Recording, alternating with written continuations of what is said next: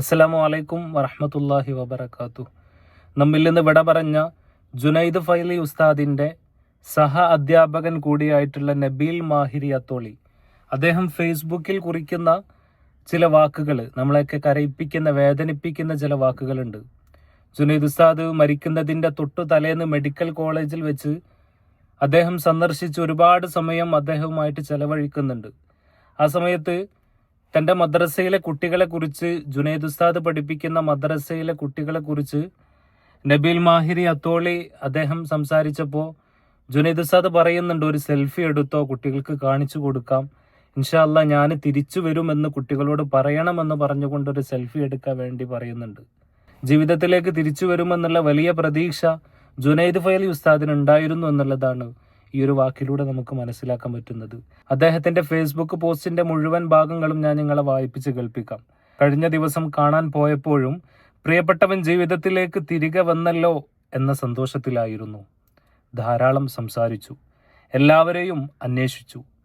അവസാന യാത്രയിലും നഈം മരണത്തെക്കുറിച്ചായിരുന്നു പറഞ്ഞതെന്ന് പറഞ്ഞു. മദ്രസയിലെ കുട്ടികളെക്കുറിച്ച് പറഞ്ഞപ്പോൾ സെൽഫി എടുത്തോ, കുട്ടികളോടൊക്കെ കാണിച്ചിട്ട് പറയണം ഞാൻ വരുമെന്ന്. റബ്ബിൻ്റെ അലംഘനീയമായ വിധി. നാഥൻ അവൻ്റെ ജന്നാത്തുൽ ഫിർദൗസിൽ നാം എല്ലാവരെയും ഒരുമിച്ച് കൂട്ടട്ടെ, ആമീൻ. എത്ര വേദനിപ്പിക്കുന്ന വാക്കുകളാണ്.